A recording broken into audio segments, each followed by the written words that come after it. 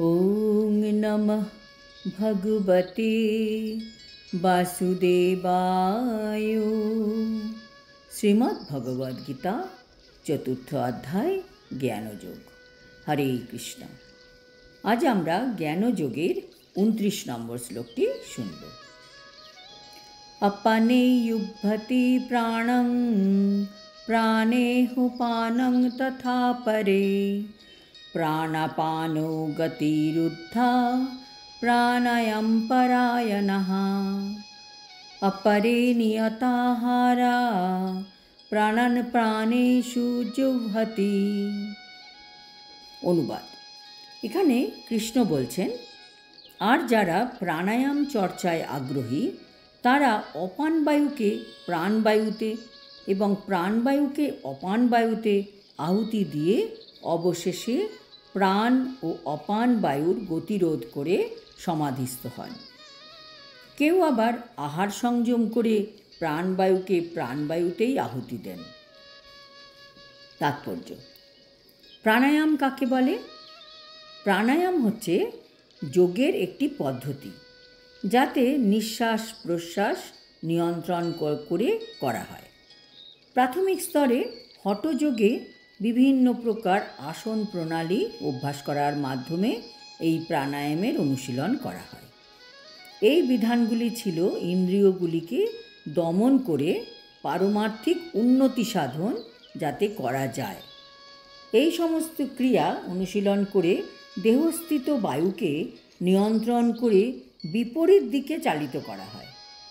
প্রাণবায়ুর গতি ঊর্ধ্বমুখী আর অপান বায়ুর গতি নিম্নমুখী।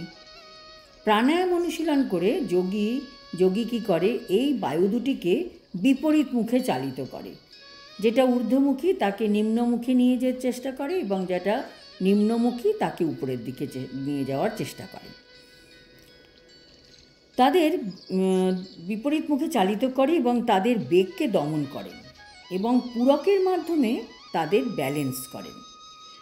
এভাবেই নিঃশ্বাসকে যখন প্রশ্বাসে অর্পণ করা হয় তখন তাকে বলা হয় রোচক, আর নিঃশ্বাস আর প্রশ্বাসের গতিকে যখন স্থির করা হয় তখন তাকে বলা হয় কুম্ভক।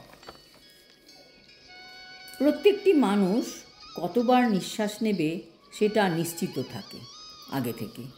কাজেই যোগী যেহেতু জানেন যে এই অষ্টাঙ্গ যোগে তাকে অনেক সময়ের দরকার, তাই তিনি কুম্ভক অনুশীলন করে পারমার্থিক উপলব্ধির পূর্ণতা লাভের উদ্দেশ্যে তার আয়ু বৃদ্ধি করতে পারেন।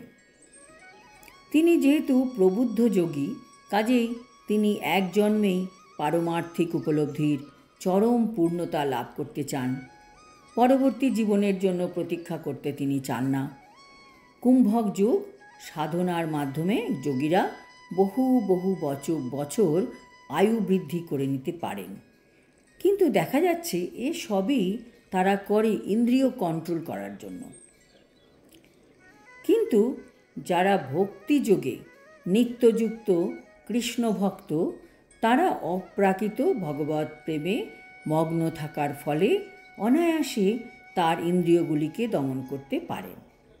তার ইন্দ্রিয়গুলি সর্বক্ষণ ভগবানের সেবায় নিয়োজিত থাকে, তাই তিনি অন্য কোনো বিষয়ে প্রবৃত্ত হন না।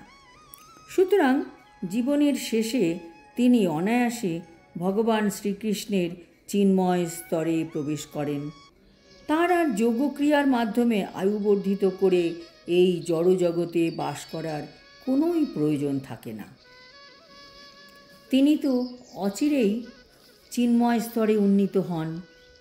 ব্রহ্মভূত স্তর থেকেই কৃষ্ণ ভাবনামৃতের শুরু হয় এবং কৃষ্ণ ভাবনায় ভাবিত মহাত্মা সর্বদাই অপ্রাকৃত স্তরে অধিষ্ঠিত থাকেন।